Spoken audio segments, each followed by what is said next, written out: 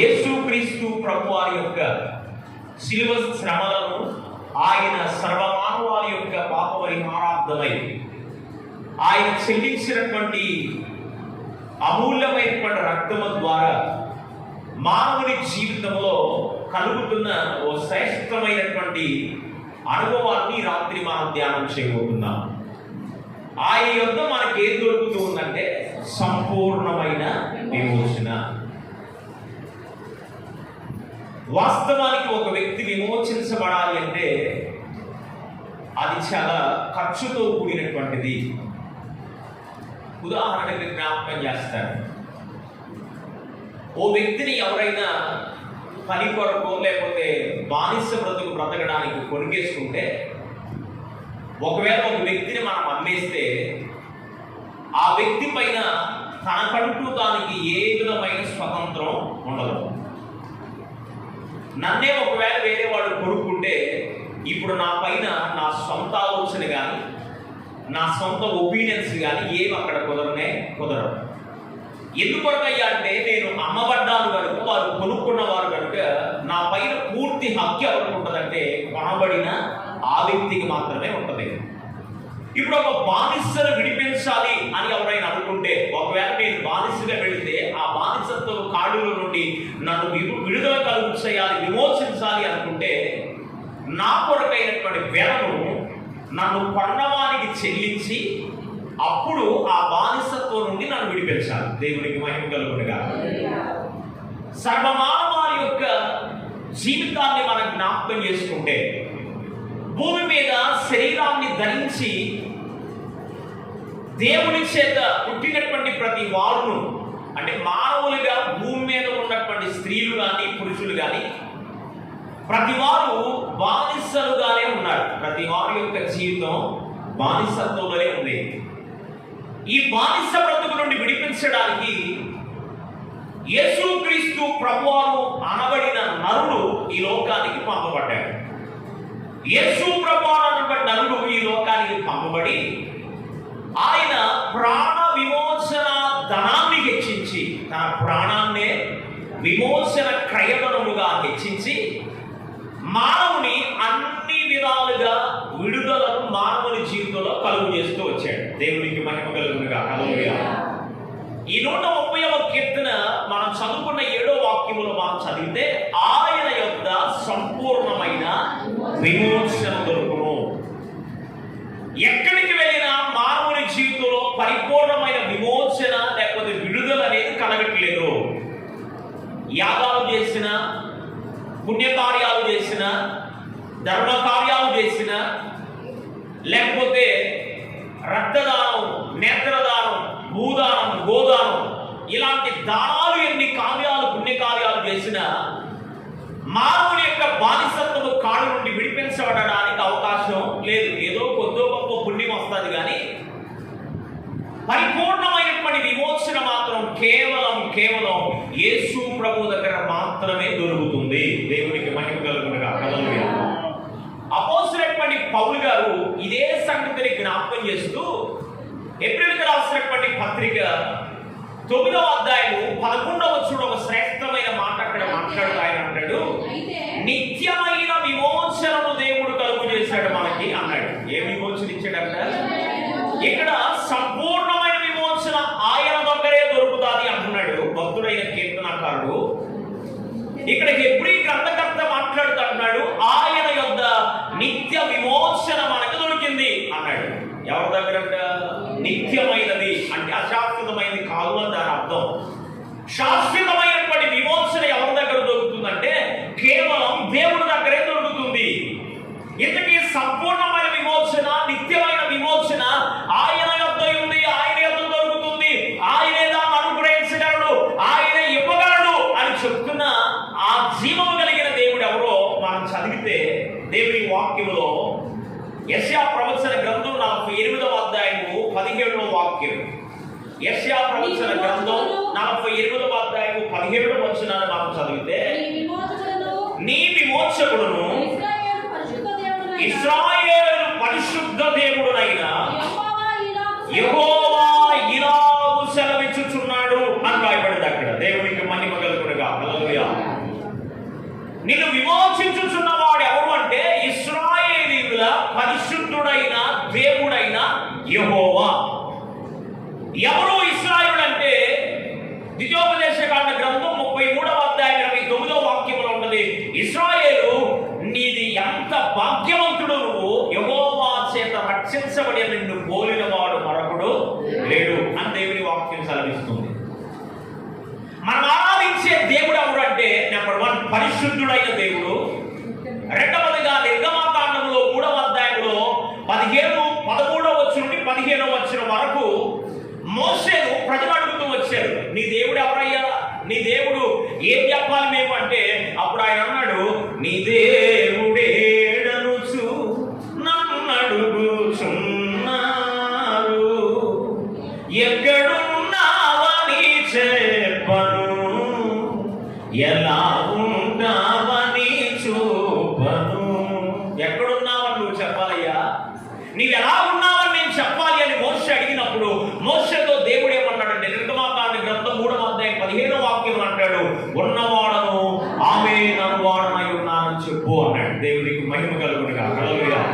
ఆయన ఎవరు అంట, నేను మృతుడనైతిని గాని యుగ యుగములు జీవించువాడనై ఉన్నాను, ఆదియు నేనే అంతము నేనే, అల్ఫయు నేనే ఒమేగయు నేనే, నేనే అన్నిటికీ ఆధారం అని పరిశుద్ధుడైనటువంటి దేవుడైన యెహోవా సెలవిచ్చుచున్నాడు. దేవునికి మహిమ కలుగునుగా. హల్లెలూయా. నేను నిన్ను విమోచిస్తున్నాను, సంపూర్ణమైన విమోచన, నిత్యమైన విమోచన నీకు కలుగు చేస్తున్నాను అని మాట్లాడుతున్న దేవుడు ఎవరు అంటే పరిశుద్ధుడైన వాడు, అలాగే ఉన్నవాడును అనువాడనై ఉన్నటువంటి దేవుడు, మనం ఆరాధిస్తున్న దేవుడు. దేవునికి మహిమ కలుగునుగా. హల్లెలూయా. అలాగే యెషయా ప్రవచన గ్రంథం 63వ అధ్యాయం 16వ వాక్యాన్ని కూడా మనం చదివితే, యెషయా ప్రవచన గ్రంథం 63వ అధ్యాయం 17వ వాక్యం, అక్కడ కూడా భక్తుడు మాట్లాడుతూ ఏమంటాడు అంటే, అనాది నుండి మా విమోచకుడు నీవే అని నీకు పేరు కదయ్యా అంటున్నాడు భక్తుడు. దేవునికి మహిమ కలుగునుగా. ఎప్పటి నుంచి అంట, కేవలం యేసుక్రీస్తు ప్రభువారు ఈ లోకానికి వచ్చినప్పటి నుంచి కాదండి. ఎప్పటి నుంచి? అనాది నుండి, ఆకాశము భూమి పుట్టక మునుపు, ఏర్పాటు చేయబడక మునుపు, ఆదికాండ గ్రంథం 1వ అధ్యాయంలో ఆ జనముల పైన దేవుని ఆత్మ అల్లాడుచున్న ఆ దినము మొదలుకొని ఈ దినము వరకు అనాది నుండి మనల్ని విమోచించే దేవుడని ఆయనకు పేరుంది కదా అన్నాడు యెషయా ప్రవక్త. దేవునికి మహిమ కలుగునుగా. హల్లెలూయా. అట్లయితే మనల్ని విమోచిస్తున్నామని చెప్తున్న దేవుడు శాశ్వత కాలం నుండి శాశ్వత కాలం వరకు ఉండే దేవుడు. మనము చేసుకుంటే వచ్చిన వాడు కాదు, మనము కలుగు చేసిన దేవుడు ఆయన. దేవునికి మహిమ కలుగునుగా. ఏదో కాలానికి వచ్చి వెళ్ళేవాడు కాదు, అన్ని కాలములో మనతో కూడా సదాకాలము ఉంటానని వాగ్దానం చేసినటువంటి దేవుడు, మనం ఆరాధిస్తున్న పరిశుద్ధ దేవుడైన యెహోవా అని జ్ఞాపకం చేస్తున్నాడు. దేవునికి మహిమ కలుగునుగా. హల్లెలూయా. అయితే దేవుని వాక్యములో మనం గమనించినప్పుడు ఒక 2 విషయాలు నేను మీ జ్ఞాపకంలోకి తేవడానికి ఆశిస్తున్నాను. నేను నిన్ను విమోచిస్తాను, నా విమోచనకు నీవే కారకుడవయ్యా. భక్తులు కీర్తన భాగాల్లో కూడా రాస్తూ అంటాడు, నన్ను విమోచించయ్యా, నీ కృప చేత విమోచించయ్యా, నాకు విమోచన కలుగుచేయమని భక్తులు చాలా కీర్తన 150 కీర్తనలో చాలా పర్యాయాలు నన్ను విమోచించు విమోచించే భక్తులు మాట్లాడినటువంటి శ్రేష్టమైనటువంటి మాటలు మనకు కనబడతాయి. అయితే వేటి నుండి దేవుడు మనల్ని విమోచిస్తాడు, ఎలాంటి పరిస్థితుల్లో నుండి దేవుడు మనకి విమోచనను కలుగు చేస్తాడు అంటే, మనలో కనబడుతున్నటువంటిది 3 ప్రాముఖ్యమైనటువంటి మాటలు జ్ఞాపకం చేస్తున్నాను. నెంబర్ 1, మీకు నేను కనపడుతున్నాను, నాకు మీరు కూడా కనబడుతున్నారు. అంటే దేన్ని చూస్తున్నాం? మనం దేహాన్ని చూస్తున్నాం. ఏం కనబడుతుంది? దేహం. రెండవదిగా నేను బ్రతికి ఉన్నాను అంటే, ఆంధ్రేయ పాస్టర్ గారు ఉన్నారు అంటే నాలో ఏం ప్రవహిస్తుంది? ఈ శరీరములో జీవం అనగా ప్రాణము ఉంది. అంటే ఒకరి రక్తము వారి ప్రాణము అని దేవుని వాక్యం సెలవిస్తుంది. అవునా? ఒకరి రక్తము వారి ప్రాణము కనుక నాలో రక్తము ప్రవహిస్తుంది, నా గుండె కొట్టుకుంటుంది, నా అవయవాలన్నీ దేవుని కృపను బట్టి సక్రమంగా పనిచేస్తున్నాయి కనుక ఆంధ్రేయ పాస్ గారు మా మధ్యలో ఉన్నారని మీరు అనుకుంటున్నారు. దేవునికి మహిమ కలుగునుగా. ఒకవేళ ప్రాణము ప్రవహిస్తూ ఉన్నా కొంతమంది కోమాలోనే ఉంటారు, మాట మాట్లాడదు, పలుకుండదు. వారిలో కూడా రక్తం ఏం చేస్తుంది? ప్రవహిస్తుంది. నేను ప్రతి యుగాలు మీతో మాట్లాడుతున్నానంటే నాలో ఉన్నటువంటి మరొకటి ఏంటి అంటే, నరుని ఆత్మ యెహోవా పెట్టిన దీపం అనబడిన ఆ ఆత్మ నాలో ఉంది. దేవునికి స్తోత్రం చేద్దాం. హల్లెలూయా. ఇప్పుడు కనబడుతున్నటువంటి దేహము, కనబడకుండా నాలో ప్రవహిస్తున్నటువంటి రక్తమైనటువంటి ప్రాణము, నాలో ఉన్నటువంటి ఆత్మను కూడా నేను ఆరాధించే దేవుడు విమోచించాడు. దేవునికి మహిమ కలుగునుగా. హల్లెలూయా. తొందరగా ఈ 3 మాటలు జ్ఞాపకంలోకి తీసుకొస్తానంటే దేవుని వాక్యంలో చదువుదాం. రోమాపత్రిక 8వ అధ్యాయం 23వ వచనంలో దేహాన్ని విమోచించాము అన్నాడు. రోమాపత్రిక 8వ అధ్యాయం 23వ వచనం నేను చెప్తాను. 23వ వచనం దేహమును విమోచించాము అన్నాడు. కీర్తన గ్రంథం 49వ కీర్తన 15వ వాక్యములో మీ ప్రాణాన్ని విమోచించారు అన్నాడు. ఇంకా విలాప వాక్యముల గ్రంథం 3వ అధ్యాయము 58వ వచనం, విలాప వాక్యముల గ్రంథం 3వ అధ్యాయం 58వ వాక్యములో ఆత్మను కూడా విమోచించాను అన్నాడు. దేవునికి మహిమ కలుగునుగా. నేను విమోచించాడంట. రోమాపత్రిక 8:23లో ఈ దేహాన్ని విమోచించాడు. కీర్తన గ్రంథం 49:15లో ప్రాణాన్ని విమోచించాడు. విలాపవాక్యముల గ్రంథం 3వ అధ్యాయం 58వ వచనంలో ఆత్మను కూడా ఏం చేశాడు? దేవుడు విమోచించాడు. అందుకని ఆయన కీర్తనాకారుడైనటువంటి భక్తుడు మాట్లాడుతున్నాడు, ఆయన యొద్ద సంపూర్ణమైన విమోచన దొరుకుతుంది అంటున్నాడు. దేవునికి మహిమ కలుగునుగా. హల్లెలూయా. ఆయన యొద్ద సంపూర్ణమైనటువంటి విమోచన మొట్టమొదటిగా మన వ్యక్తిగత జీవితానికి ఇచ్చాడు. మొట్టమొదటి దేనికి ఇచ్చాడు? నా జీవితానికి ఇచ్చాడు. దేవుని వాక్యాన్ని ఆలకిస్తున్న దేవుని యందు ప్రియులైన మీ అందరికీ మీ ప్రాణాన్ని, ఆత్మను, శరీరాన్ని ఆయన విమోచించాడు. దేవునికి మహిమ కలుగునుగా. హల్లెలూయా. ఇప్పుడు దేహముతో మనం ఉన్నాం, ప్రాణముతో మనం ఉన్నాం, ఆత్మ కలిగి ప్రయాణం చేస్తున్నాం. కనుక మనము విశ్వాస యాత్రలో, నేను ముందే చెప్పాను, 131వ కీర్తన యాత్రా కీర్తన. మనం ఇప్పుడు ఏం చేస్తున్నాం? ఎబ్రీ పత్రికలో పౌలు గారు మాట్లాడతారు, భూమి మీద మనము యాత్రికులమును పరదేశులమై ఉన్నాం అన్నాడు. మన యాత్ర ఎప్పుడు ముగించబడిందో అది ఆయన ప్రణాళిక. దేవునికి మహిమ కలుగునుగాక. ఎలా వచ్చామో, ఎప్పుడు మన యాత్ర ఎక్కడెక్కడికి ఎవరెవరిని ఏ స్థలంలో నడిపించాలో ఆయనే ఖచ్చితంగా మనల్ని ఆ విధంగా నడిపిస్తూ తీసుకెళ్తాడు. దేవుని వాక్యంలో ఉంది.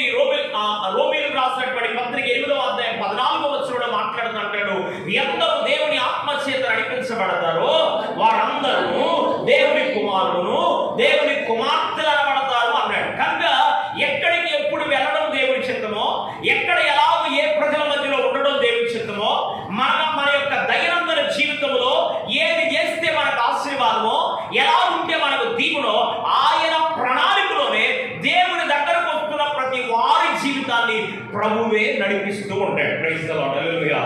మనం ఆలోచన చేస్తాం కానీ మనం నడిపించబడలేము. కేవలం మనం ఆలోచన విషయంలో గొప్పవారం కావచ్చు కానీ మనం నడిపించే విషయంలో మాత్రం మన ప్రభువే గొప్పవాడు. Praise the Lord. హల్లెలూయా. కనుక మనం విమోచించినటువంటి దేవుడు కేవలం మన వ్యక్తిగత జీవితాన్నైనా విమోచిందంటే, మనకు కలుగుతున్నటువంటి పరిస్థితులన్నిటిలో నుండి కూడా దేవుడు ఏం చేశాడంటే మనల్ని విడిపిస్తూ వచ్చాడు. మత్స్సుకు 2-3 మాటలు మీ జ్ఞాపకంలో తేవడానికి ఆశిస్తున్నాను.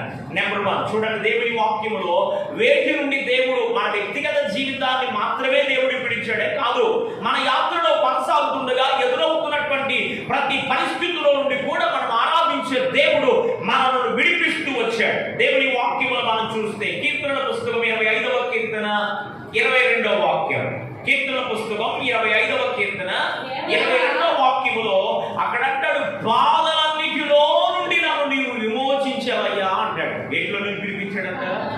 బాధలన్నిటిలో నుండి. యాత్రలో మనం కొనసాగుతున్నప్పుడు నాకు బాధలు లేవయ్యా, కష్టాలు లేవయ్యా, శ్రమలు లేవంటే అసలు మన క్రైస్తవులమే కాదు. అర్థమైందా? శ్రమ లేని వాడు క్రైస్తవుడు అనిపించుకోవడానికి యోగ్యుడు కాదు అని దేవుని వాక్యం సెలవిస్తుంది. నేను అంటలేదు ఈ మాట. దేవుని వాక్యంలో 119వ కీర్తనలో 67-71 వచనాలు మీరు చదివితే అక్కడ అంటాడు, శ్రమ కలుపు కొనుపు నేను త్రోవ విడిచి తిరిగాను, ఇప్పుడు శ్రమ కలగడం నాకేమైంది? మేలైంది. ఎందుకు నాకు శ్రమలు మేలు అంటే, ఎందుకు నా జీవితంలో ఈ బాధలు మేలంటే, ఎందుకు నా జీవితంలో ఇలాంటి పరిస్థితులు మేలని నేను పలుకుతున్నానంటే ఆయన కట్టడలేంటో నేను నేర్చుకోగలిగాను. యేసు ప్రభువారు గారు వారిని గురించినటువంటి సరైన అవగాహన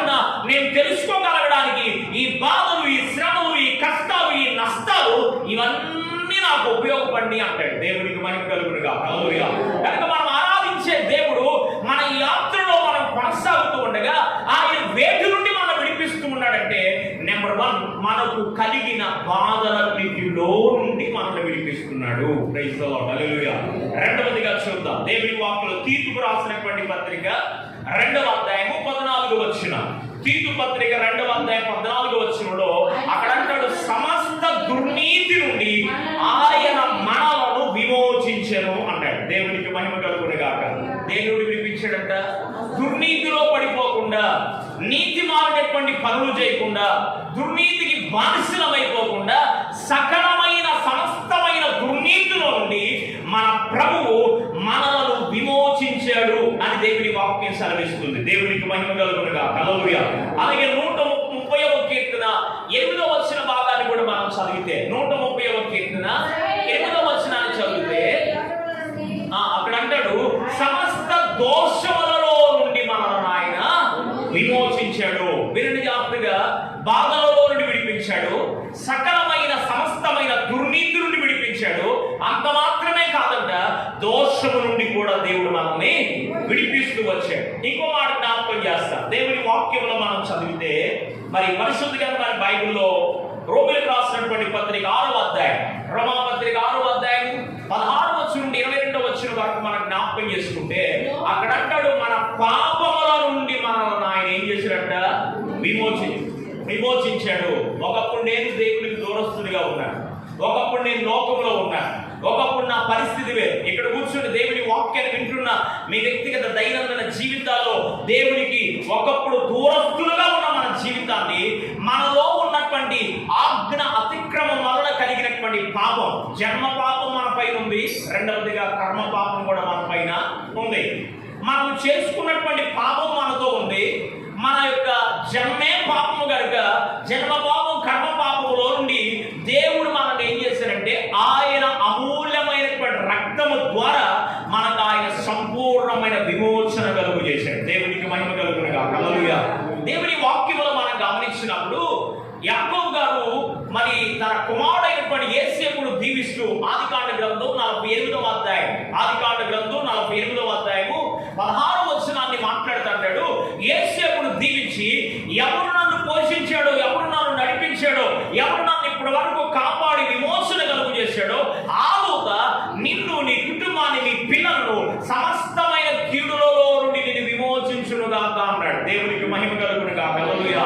మనం ఆరాధించే దేవుడు ఎవరు అంటే, విశ్వాస యాత్రలో ఎదురవుతున్నటువంటి ప్రతి పరిస్థితుల్లో, విశ్వాస యాత్రలో ఎదురవుతున్నటువంటి బాధలలో కానీ, దుర్నీతి ఎదురవుతున్నప్పుడు, దోషం ఎదురవుతున్నప్పుడు, పాపములో ఒకవేళ మరి కుయుక్తి కలిగినటువంటి కొంతమంది మనుషుల మధ్యలో, శరణ మధ్యలో, శత్రువైనటువంటి సాతానుడు వేస్తున్న వరాల మధ్యలో కృంగిపోతూ దేవునికి దూరస్థమైపోతున్నటువంటి పరిస్థితుల్లో జీవము కలిగిన దేవుడు ఏం చేశాడు అంటే, మనము పాపములో పడిపోకుండా, మనం పాపములో పాడైపోకుండా, చెడినవాడా నైనా నన్ను చేరదీసి ప్రోచినావు, చెడినవాడా నైనా నన్ను చేరదీసి ప్రోచినావు, పడిన నాదు గోతి నుండి,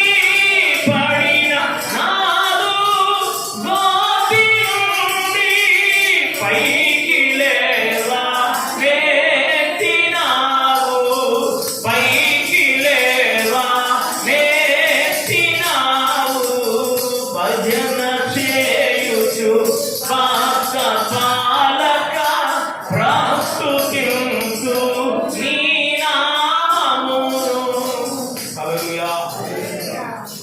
చెడిపోయిన మన జీవితాన్ని, పాడైపోయిన మన జీవితాన్ని విమోచించేవారు లేక అల్లాడిపోతున్నప్పుడు మన జీవితాలను దేవుడు దర్శించి, పాపములో, శాపములో, శత్రువు చేతిలో మనం పడిపోకుండా మనం ఆరాధించే దేవుడు ఆయన కార్చిన అమూల్యమైనటువంటి రక్తము ద్వారా, యేసు ప్రభువారి యొక్క త్యాగము ద్వారా మనకు సంపూర్ణమైన విమోచన కలుగు చేశాడు. ఒకసారి రెండు చేతులపై దేవుడికి స్తోత్రం చేద్దాం. హల్లెలూయా. సంపూర్ణమైనటువంటి విమోచనను దేవుడు కలుగు చేస్తూ వచ్చాడు. యోబు గారు తన వ్యక్తిగత ఆత్మీయ జీవితాన్ని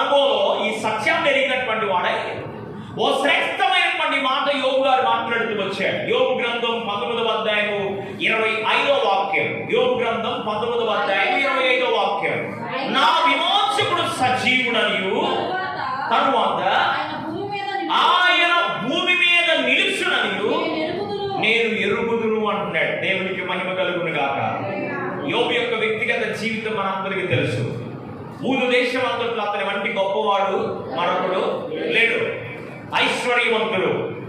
దేశం అంతా కూడా అతను వస్తూ ఉంటేనే తరల వంచి నమస్కరించినటువంటి ఆనవాళ్ళు కలిగిన ఓ గొప్ప వ్యక్తి. యెహోవా యందు భయభక్తులు కలిగి చెడుతనమును అసహించుకొని న్యాయవంతుడుగా యథార్థవంతుడిగా దేవుని వలనైనటువంటి కంచె తనకు కలిగిన సమస్తానికి చుట్టూ దేవుని వలనైనటువంటి కాపుదలను కంచె వేయించుకున్న గొప్ప భక్తుడు యోబు గారు. నిష్కారణముగా, ఏ కారణము లేదు, నిష్కారణముగా దేవుని చేత పరిశుద్ధపడ్డాడు, పరిశీలన చేయబడ్డాడు, పరీక్షలో నిలబడ్డాడు, పరిశోధన చేయబడ్డాడు, సాతాను చేత శోధించబడ్డాడు. దేవుని పరీక్షలో నిలిచిన, పరిశోధనలో నిలిచిన, పరిశీలనలో నిలిచిన, సాతాను యొక్క శోధనలో నిలిచిన, కేవలం దేవునికి మహిమ తెచ్చే బ్రతికాడు కానీ సాతాను తలదించుకునేటట్టు చేశాడు కానీ దేవుడు అవమానపరిచేటువంటి పరిస్థితి ఎక్కడ యోబు జీవితంలో మనకు కనబడదు. ఒకే దినాన సమస్తం పోగొట్టుకున్నాడు. భార్య దూషించి వెళ్ళిపోయింది. ఏమైనా మాట్లాడిందంటే 10 మంది బిడ్డలు ఒకరోజు వచ్చిపోయారు, ఆస్తిపాస్తులు మొత్తం పోయినాయి, పనివారు కూడా వెళ్ళిపోయారు, నీ ప్రాణ స్నేహితులు కూడా దూషించి వెళ్ళిపోయారు. ఎందుకయ్యా నువ్వు నీ యథార్థతను విడిచిపెట్టవా అని మాట్లాడాడు. ఏ విడిచిపెట్టమంది? యథార్థతను. నీ యథార్థతను విడిచిపెట్టవా అని యోబును మాట్లాడుతుంటే యోబు గారు అన్నాడు, సుఖము మనం అనుభవించాగా ఇప్పుడు కష్టము మనం అనుభవించడామా? అది భక్తుల యొక్క వాస. భక్తులు వారి యొక్క జీవిత అనుభవాల నుండి మనం నేర్చుకోవలసినటువంటి ఈ శిలువ ధ్యానాలలో మనం నేర్చుకోవాల్సిన శ్రేష్టమైనటువంటి అనుభవం. సుఖము మనమే అనుభవించాం కదా, ఈరోజు కష్టం వచ్చిందని దేవుడు మనం దూషిస్తామా? ఈ కష్టం కూడా ఎవరు అనుభవించాలి? మనమే అనుభవించాలి కదా. మూర్ఖురాలు మాట్లాడినట్టుగా ఎందుకు మాట్లాడుతున్నావు? వెళ్ళు అన్నాడు అంతే. దేవునికి మహిమ కలుగునుగా. జీవము కలిగిన దేవుని సన్నిధిలో యోబు అనగా అర్థం ఏంటంటే దేవుని తట్టు తిరుగువాడు. యోబు అంటే అర్థం ఏంటి? దేవుని తట్టు తిరిగేవాడు. పరిస్థితుల వైపు తిరగలేదు, మనుషుల వైపు తిరగలేదు, భార్య దూషించలేదు, భార్య కదా తోడుంది కూడా వెళ్ళిపోతే నా బ్రతుకెట్లా ఆలోచించలేదు. నలుగురు స్నేహితులు, ప్రాణ స్నేహితులుగా ఉన్నటువంటి వారు అతని దగ్గర ఉన్నప్పుడు అన్నిటిని అనుభవించినటువంటి ప్రాణ స్నేహితులే దూషించి నువ్వేదో పైకి భక్తుల్లా కనపడుతున్నావు కానీ లోన ఏదో తెలియకుండా నీలో ఏదో బలకెంత ఉందిలే, తెలియకుండా ఏదో పాపం నీలో అడ్డుపడి ఉందిలే, అందుకని దేవుడు నీకు ఈ పరిశోధన పెట్టాడులే. నిష్కారణంగా ఊరికే నీకు శ్రమ వచ్చిందా, నిష్కారణంగా నీవు ఎట్లా శోధించబడుతున్నావని యోబును గుచ్చి మాట్లాడారు. అయినా మాట మాత్రమైనా దేవుని దూషించినటువంటి వాడిగా యోబు లేడు. Praise the Lord. హల్లెలూయా. ఇట్లాంటి యోబు మాట్లాడుతూ ఆ 5 వచనాలు కూడా నా చర్మము చీకిపోయినా, నా చర్మం ఏమైపోయినా మనందరికీ తెలుసు కదా, ఆస్తి అంతా పోయినా ఆ దేహమంతా కుర్పులతో నిండి ఉన్నా, ఆస్తి అంతా పోయినా ఆ దేహమంతా కుర్పులతో నిండి ఉన్నా, అన్నీ ఇచ్చిన తండ్రి అన్నీ తీసుకపోయే, అన్నీ ఇచ్చిన తండ్రి అన్నీ తీసుకపోయే, అది యోబు పలుకలేదా, ఓ కూడా అది మన పలుకలేదా.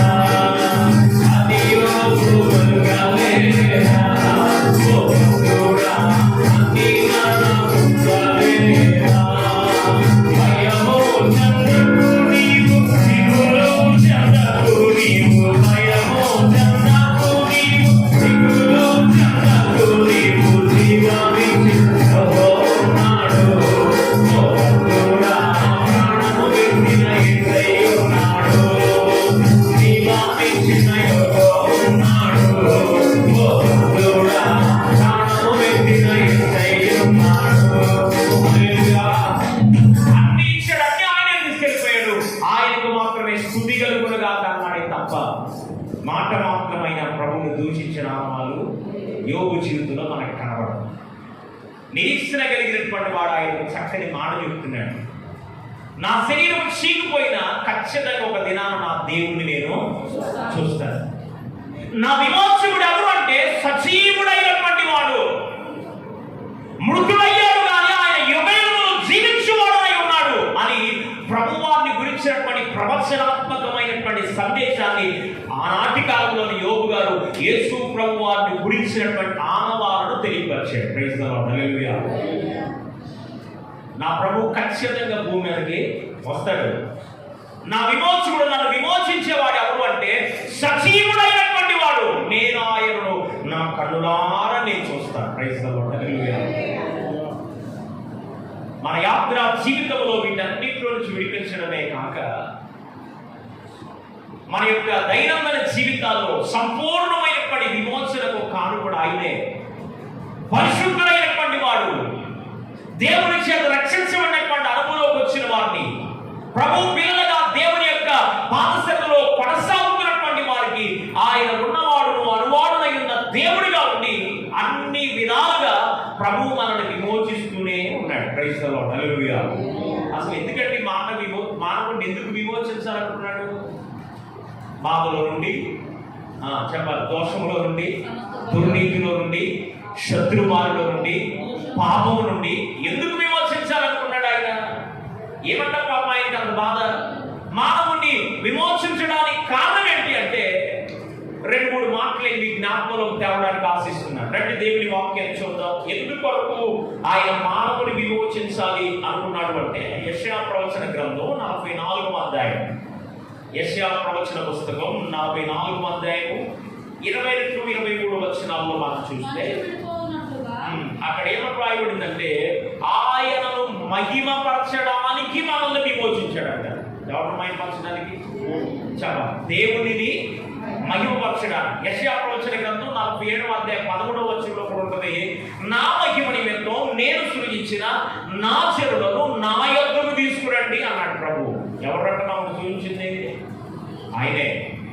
43వ అధ్యాయంలో మరి యెషయా ప్రవచన గ్రంథం 43వ అధ్యాయంలో మొట్టమొదటి వచ్చిన అంటాడు, ఇశ్రాయేలు నిన్ను సృష్టించిన వాడు నేనే, నిన్ను నిర్మించిన వాడు నేనే, నిన్ను పిలిచిన వాడు నేనే, నిన్ను విమోచిస్తున్న వాడిని కూడా నేనే. దేవునికి స్తోత్రం చెప్పాలి, హల్లెలూయా. మనను సృష్టించిన వాడు ఆయనే, నిర్మించిన వాడు ఆయనే, పేరు పెట్టి మనల్ని పిలిచిన వాడు ఆయనే, పాపములో ఉండగా, శాపములో ఉండగా, బలహీనతలో ఉండగా పేరు పెట్టి నన్ను నిన్ను పిలిచిన వాడు ఆయనే. అంత మాత్రమే కాదు, మనల్ని విమోచిస్తున్న వాడు కూడా ఆయనే. ప్రైజ్ ది లార్డ్, హల్లెలూయా. ఎందుకు మనల్ని విమోచించాలి అనుకున్నాడు అంటే నెంబర్ 1 ఆయనను మహిమపరచడానికి విమోచించాలనుకున్నాడు. యేసుక్రీస్తు ప్రభువు శరీరధారి ఈ లోకంలో జీవిస్తున్నటువంటి దినాలవి. యెరూషలేము దేవాలయం పక్కగా వెళుతున్నాడు, ఆయనతో పాటు కూడా శిష్యులు కూడా వెళుతున్నారు. వెళుతూ ఉంటే అక్కడ రాళ్ళు ఆ మందిరాన్ని, ఆ పరిస్థితులన్నింటినీ చూసి ప్రభు తన శిష్యుడితో ఏమన్నారంటే, మీరు నా వెనకాల వస్తున్నారు కానీ నన్ను స్తుతించట్లా. ఒకవేళ మీరు నన్ను స్తుతించకపోయినా ఈ రాళ్ళు నన్ను స్తుతించగలమన్నాడు. దేవునికి మహిమ కలుగునుగా, హల్లెలూయా. అసలు మానవుని ఆయన పోలికలో, ఆయన స్వరూపములో ఆయన బలేమనం చేసుకోవడానికి ప్రత్యేకమైన కూడా ఒకే ఒక కారణం ఏంటి అంటే ఆయనకు మహిమ తేవడానికి ఆయన పోలికలో మనం ఉంచాడు దేవుడు. దేవునికి మహిమ కలుగునుగా. నేను వాక్యం చెప్పిన ఎవరికి మహిమ రావాలి? అప్పుడు భలే చెప్పాడు, నాకు కాదు మహిమ రావాలి. ఎవరికి రావాలా?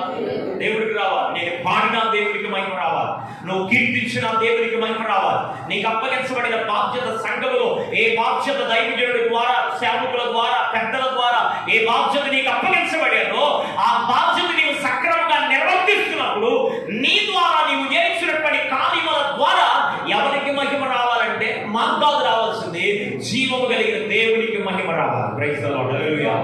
ఎందుకు నిన్ను విమోచించాలని ప్రభు అనుకున్నాడు అంటే ప్రధానమైన కారణం ఏంటంటే ఆయనను మహిమపరచడానికి.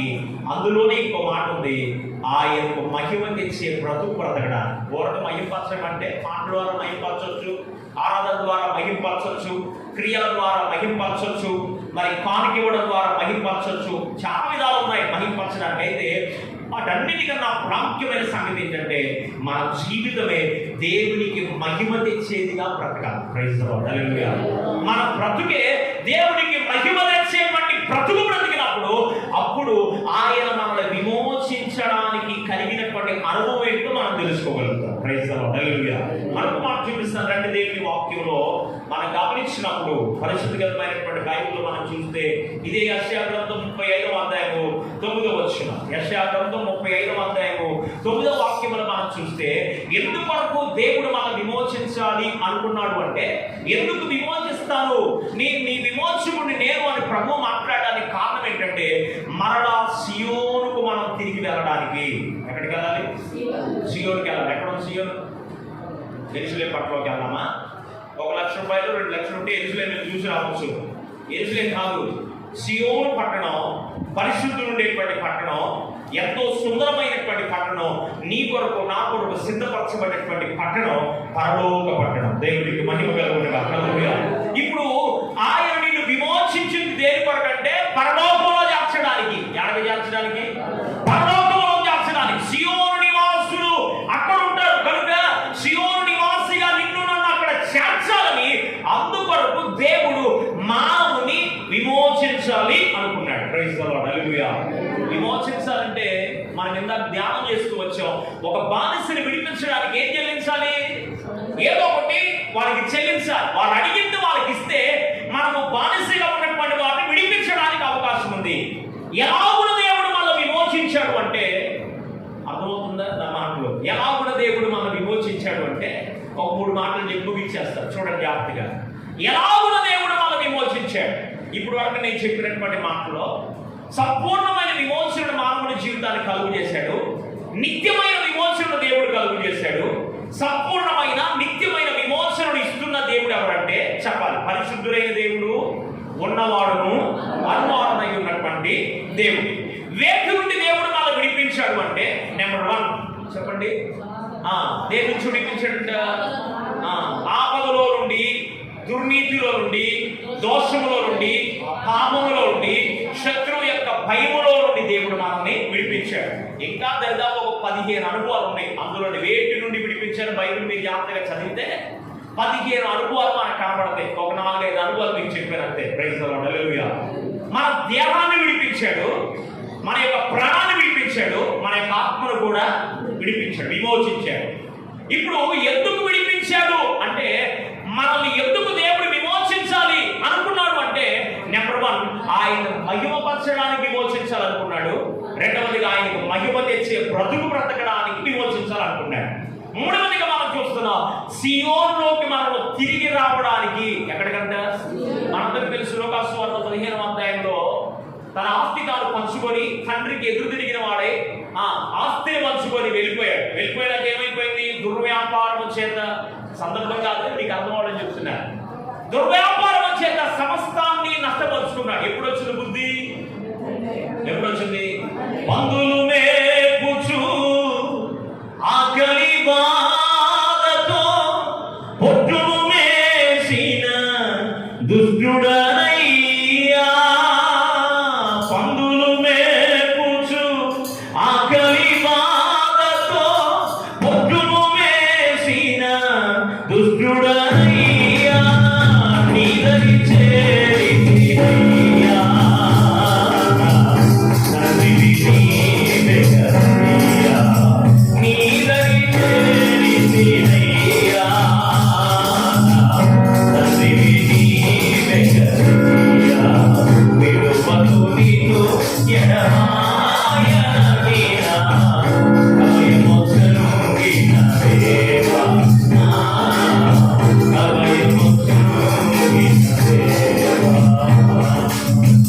ఎప్పుడు వచ్చిన ఆ వ్యక్తికి బుద్ధి అంటే తప్పిపోయిన వాడికి పందులు తినే తొట్టు తినడానికి దిగజారిపోయాడు. అప్పుడు వచ్చిన బుద్ధి, నా తండ్రి అనేక మంది కూలి వారికి ఆహారం సమృద్ధిగా దొరుకుతుంటే నేనేంటి, నా స్థితి ఏంటి, దౌర్భాగ్య స్థితిలో నేను బ్రతుకుతున్నానని అతనికి బుద్ధి వచ్చినప్పుడు తండ్రి యొక్కకి తిరిగి వచ్చాడు. ఈ లోకం మనకి శాశ్వతంగా అధిక బలం ఉంది కదా చెప్తారా? 80 సంవత్సరాలు. ఒకవేళ 125 సంవత్సరాలు బ్రతికినా దేవుని కృపను బట్టి ఆ తర్వాత అయినా ఎక్కడి నుండి వచ్చామో అక్కడికి వెళ్ళక తప్పదు. ఇప్పుడు నేను నా ఇంటి దగ్గర నుంచి ఇక్కడికి వచ్చాను, మళ్ళా తిరిగి నేను ఎక్కడికి వెళ్ళాలి? మధ్యలో పందిలిపల్లిలో ప్రార్థన ఉంటుంది, అక్కడికి వెళ్ళాలి. అక్కడి నుంచి మళ్ళీ నా ఇంటికి వెళ్ళాలి. మొదట నా ఇంటి నుంచి ఏడకు వచ్చాను, ఇక్కడ నుంచి పందిలిపల్లి వెళ్ళాలి, అక్కడి నుంచి మళ్ళీ నా ఇంటికి రాదు. అవునా? ఇప్పుడు కూర్చున్నప్పటి మనందరూ మనకు సొంత గృహాలు ఉన్నాయి. భూమి మీద మనం నివాసం ఉండడానికి ప్రభు అనుగ్రహించినటువంటి గృహాలు. అయితే పరలోకములో మనందరికీ ఒక గృహం ఉంది. అది పరలోక పట్టణం అనబడిన గృహం. దేవునికి మహిమ కలుగునుగా. ఎందుకొరకు ప్రభు నిన్ను విమోచించాలి అనుకున్నాడు అంటే, ఎందుకయ్యా ఆయనకేం లేదా, నన్నెందుకు విమోచించాలి? నువ్వు అడిగిన ప్రశ్న, నేను చెప్పే సమాధానం దేవుని సేవకుడికి ఏంటంటే, ఎందుకు నిన్ను విమోచించాలనుకున్నాడు తెలుసా? ఆయనతో కూడా పరలోక పట్టణంలో నిన్ను తీసుకెళ్ళడానికి. దేవునికి మహిమ కలుగునుగా. పరలోకములో నీవు చేర్చబడడానికి నిన్ను విమోచించాలనుకున్నాడు. నిన్ను నన్ను ఆయన విమోచించాడు. దేవునికి మహిమ కలుగునుగా. ఎలాగున మనం విమోచించబడ్డాం? ఎలాగున విమోచించబడ్డాం? నెంబర్ 1 చూడండి దేవుని వాక్యంలో యెషయా ప్రవచన గ్రంథం 63వ అధ్యాయం 9వ వచనం. యెషయా ప్రవచన గ్రంథం 63వ అధ్యాయం 9వ వచనం. అక్కడ ఉంటుంది, తన ప్రేమ చేత మనల్ని విడిపించాడంట ఆయన. Praise the Lord. హల్లెలూయా. ఏం చేత? తల్లికి ఎలాంటి ప్రేమ ఉందా ఆలోచించండి.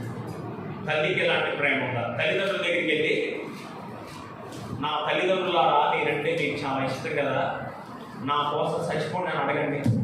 ఏమంటారు? నీకేం పోయారు రా, ఇప్పుడు దాకా బాగానే ఉన్నావు కదా, మేము ఎట్లా ఉంటే నువ్వు పెడతలేదు, చూడలేదు, పరామర్శించలేదు, ఏదో మా బ్రతుకు మేము బ్రతుకుతుంటే నీకేం పోయే కాలం వచ్చిందిరా, మమ్మల్ని సామంటున్నాం అనరా అంటారు. బాగా ప్రేమించినటువంటి వాళ్ళ దగ్గరికి వెళ్ళి, నా కోసం నువ్వు చచ్చిపోతే, నువ్వు కాబట్టి చాలా మంది ప్రేమించడం, నువ్వు చదివే సాగు కానీ నేను ప్రేమించినట్టు. లోకంలో ఉన్న ఏ ప్రేమనైనా మీరు అడిగి చూడండి, ఏ బంధాన్నైనా అడిగి చూడండి, నీ కొరకు నా కొరకు ప్రాణము పెట్టడానికి ఒక్కడు ముందుకు రాడు. Praise the Lord. హల్లెలూయా. కానీ జీవము కలిగిన దేవుడు కేవలం కేవలం కేవలం మనం ప్రేమించబడడానికి అనర్హులము కానీ ఆయన శాశ్వతమైనటువంటి ప్రేమతో మానవుని జీవితాన్ని ప్రేమిస్తూ ఆదికాండం నుండి ప్రకటన గ్రంథం వరకు ఆయన శాశ్వతమైనటువంటి ప్రేమ చేత మనల్ని ఆయన ఏం చేస్తున్నాడు? విమోచిస్తూనే ఉన్నాడు. దేవునికి మహిమ కలుగునుగా. హల్లెలూయా. మన విమోచించాడు. ఎలాగో మన విమోచించాడు అంటే, వీటన్నిటిలో నుండి పరిశుద్ధులైన దేవుడు మనల్ని విమోచించాడు. ఎలాగునా అంటే, నెంబర్ 1 ఆయన తన ప్రేమను వెల్లడిపరిచి. ఏం వెల్లడిపరిచాడు? ప్రేమను వెల్లడిపరిచాడు. ఒకరోజు నేను షేపింగ్ చేసుకోవడానికి వెళ్ళాను. కొద్దిగా బిజీగా ఉంది, త్వరగా వెళ్ళిపోవాలి. అందుకని అక్కడికి వెళ్ళాను. వెళ్తే అక్కడ ఇద్దరు హిందూ సహోదరులు మాట్లాడుకుంటున్నారు. ఏం మాట్లాడుతున్నారంటే, వీళ్ళు రాను దేశాన్ని మార్చేస్తారా అన్నాడు ఒక ఆయన. అనగానే నేనే కుర్చీలో కూర్చున్నాను. కుర్చీలో కూర్చొని ఆయన షేవింగ్ చేస్తున్నాడు. ప్రభు స్తోత్రం, ఏడగొండి కార్యం జరిగించేయ అని నేను మాట్లాడుకుంటున్నా. మొత్తానికి ఏదో చేయడం అనుకుంటున్నానే మనసులో. ఇంకొక ఆయన పెద్ద ఆయన మాట్లాడుతున్నాడు. ఒక 10 నిమిషాలు వ్యవధిలో చాలా మాటలు మాట్లాడారు. ఇప్పుడు అవన్నీ చెప్పడానికి సమయం లేదు కానీ చెప్పలేదు. వీళ్ళు దేశాన్ని, ప్రపంచాన్నే మార్చేస్తారా అన్న వ్యక్తితో ఒక పెద్ద ఆయన సమాధానం చెబుతున్నాడు. నిజమే నువ్వు అన్నమాట, తెలిసన్నావో తెలియకన్నావో కానీ వీళ్ళు ఆరాధిస్తున్న యేసు ప్రభు వారు వీళ్ళకి నేర్పింది ఏంటంటే, ఎదుటి వారిని ప్రేమించడం నేర్పించాడా. ఆ ప్రేమతో ప్రపంచాన్ని వీరు మార్చేస్తారన్న. దేవునికి స్తోత్రం చెప్పాలి. అబ్బా, నాకెంత సంతోషం వచ్చిందో. వారు కనుక చేతిలో షేవింగ్ చేయకపోతే ఎగిరి దొరికేద్దాం అన్నట్టు అనిపించింది నాకు. ఎందుకు తెలుసా? నా దేవుని ప్రేమ అన్నిలను సైతం కదిలించింది అని ఆనందపడ్డాను నేను. Praise the Lord. హల్లెలూయా. దేని చేత ఆయన మనల్ని విమోచించాడు అంటే, కేవలం ఆయన ప్రేమ చేత మనల్ని దేవుడు ఏం చేశాడంటే విమోచన కలుగు చేశాడు. రెండవదిగా చూద్దాం దేవుని వాక్యంలో పేతురు రాసినటువంటి ఇదే యెషయా గ్రంథం 50వ అధ్యాయం 2వ వాక్యం. 50వ అధ్యాయము 2వ వాక్యం అంటాడు, శక్తి చేత మనల్ని ఆయన విమోచించాడు అన్నాడు. ఏం చేత? శక్తి చేత. శరీరపరమైనటువంటి శక్తి కాదు ఇది. ఏ శక్తి అంట? అపోస్తుల కార్యముల గ్రంథం 1వ అధ్యాయం 8వ వాక్యం ఉంటుంది, భూదిగంధం నివాసులు యోదయ సమరయ గలనయ ప్రాంతాలకు మీరు వెళ్ళొద్దు. భూదిగంధం నివాసులారా మీరందరూ ఆ స్థలం దాకా వెళ్ళి చివరి వరకు వెళ్ళి మీరు సేవ చేయాలంటే మీరు కనిపెట్టి ప్రార్థన చేయండి. పై నుండి శక్తి దిగి వచ్చే వరకు మీరు ఎక్కడికి వెళ్ళొద్దని చెప్పాడు. జాన్ మార్క్ ఇంట్లో యేసు ప్రభు వారి తల్లి అయినటువంటి మరియా ఇంకా 120 మంది పెద్దలు మేడగదిలో కూడి ప్రార్థిస్తూ ఉండగా పెంతెకోస్తు దినాన 50వ దినాన మరి అద్భుతమైనటువంటి కార్యాన్ని ప్రభు జరిగించారు. యేసు ప్రభు వారు మరణించి తిరిగి వెళ్ళిపోయేటప్పుడు వాళ్ళు అయ్యా నువ్వు వెళ్ళిపోతున్నా ఇంకా మా పరిస్థితి ఏంటి అంటే ప్రభు వారు చెప్పండి నేను వెళ్ళి మీ కొరకు ఆదరణకర్తనే పంపిస్తాను. యేసు ప్రభు వారు వెళ్ళిపోయిన తర్వాత 50 దినాలు ఉపవాసం ఉండి మేడగదిలో వాళ్ళు మేడగది అనుభవంలో వారు ప్రార్థిస్తూ ఉండగా అన్య భాషలతో వారు మాట్లాడుతూ దేవుని ఆత్మశక్తిని వారు పొందుకున్నారు. Praise the Lord. హల్లెలూయా. ఇది ఏ శక్తి అంటే మానవ శక్తి కాదు. నాకు తెలిసిన చాలా మంది దైవజనులు నిలబడడానికి కూడా ఓపిక లేకుండా వస్తారు. వేదిక పైకి వచ్చేటప్పుడు నేనే పట్టుకొని తీసుకొస్తాను. ఇండియా పెద్దగో దేవుడి సంఘంలో సీనియర్ పాస్టర్ సుదర్శనమయ్య గారని దాదాపు 1996 సంవత్సరంలో, అప్పుడే ఆయన వయసు 80 సంవత్సరాలు, అప్పుడే ఆయన వయసు 87. నాకు నేను వేరు కనుక్కోబాకంటే అర్థం చేసుకోవడానికి ప్రయత్నం చేయడం, వాక్యం చెప్పడం కంటే పరిచర్య చేయడం ఎక్కువ ఇష్టపడతాను. నేను పరిచర్యకి ప్రాముఖ్యత ఇస్తాను. అందుకని ఎంత పెద్ద సేవకుడు వచ్చినా పరిచర్య చేయడానికి నేనే కోరుకొని వాళ్ళ దగ్గరికి వెళ్తాను పరిచర్య చేయడానికి. ఆ దైవజనుడి దగ్గర ఆ సంవత్సరం నన్ను పరిచయం పంపించారు మా పాస్టర్ ఆత్మీయ తండ్రికి. పంపించినప్పుడు ఆయన పెద్ద వయసు 80 సంవత్సరాలు, మొత్తం చెయ్యి కండ్లు ఇవన్నీ చాలిపోయి ఉన్నాయి, ఊగులాడుతున్నాయి. మంచి కలరు పసుపు ఒకవేళ ఆయన పక్కన పెడితే అది కూడా కలర్ తప్పకూడదు, అట్లున్నాడు ఆయన. పంచికట్టు లాల్చి పైన పంచికట్టు వేసి పైన పాస్కర్ వేసి లాంటిది అట్లా వేసి ఒక టవల్ వేసాడు పైన. వాక్యం చెప్పడానికి స్టేజ్ పైకి తీసుకొచ్చారు. ఇద్దరం వరకు తీసుకొచ్చాం. ఇట్లాగే మౌత్ పెట్టమన్నాడు, పెట్టాడు. బైబిల్ తెరిచాడు, పెట్టాడు. 1996 సంవత్సరంలో రూతు గ్రంథం మీద దైవజనుడు మాట్లాడాడు. రూతు గ్రంథం మీద, రూతు గ్రంథంలో ఉన్న ఒక్కొక్క అధ్యాయాన్ని గురించి చెప్పిన ఆ మాటలు ఇప్పటి వరకు నా మైండ్ లో ఫీడ్ అయిపోయాయి. దేవునికి మహిమ కలుగును గాక. నిలబడడానికి ఓపిక లేకుండా వణుకుతూ వచ్చినటువంటి ఆయన, మీరు నమ్ముతారు నమ్మరో, ఆ వేదికకు ఎదురుగా కూర్చున్న దేవుని వాక్యాన్ని విన్నా నేను ప్రత్యక్ష సాక్ష్యం చెబుతున్నాను. ఆయన పరిచయం చేసిన నేను చెబుతున్నటువంటి మాట, మానవ శక్తి అయితే బలహీనమే, నిలబడలేడు ఆయన, ఓపిక లేదు. వేదిక పైకి వెళ్ళిన తర్వాత ప్రార్థన చేశాడు, ప్రభువా నా శక్తిని మరుగుపరచయ్యా, నీ ఆత్మశక్తి నాకు అనుగ్రహించని ఓ చిన్న పాట ఆరాధన చేయించాడు. దేవుని శక్తి చేత బలపరచబడి, మీరు నమ్ముతారో నమ్మరో 3 గంటల వాక్యం చెప్పాడు ఆయన. దేవునికి మహిమ కలుగును గాక. హల్లెలూయా. నిలబడడానికి ఓపిక లేనటువంటి ఆయన 3 గంటల వాక్యం చెప్పాడు. నేను ఆశ్చర్యపోయాను. అదే నేను చూడడం మొట్టమొదటిసారి. అన్ని గంటలు ప్రసంగించి బలహీనుడిగా ఉన్నటువంటి ఆయన బలపరచబడి చూడడం అదే నేను మొట్టమొదటిసారి. కనుక దేవుడు నిన్ను నన్ను నీ శక్తి చేత కాదు, నా శక్తి చేత కాదు నన్ను విమోచించింది.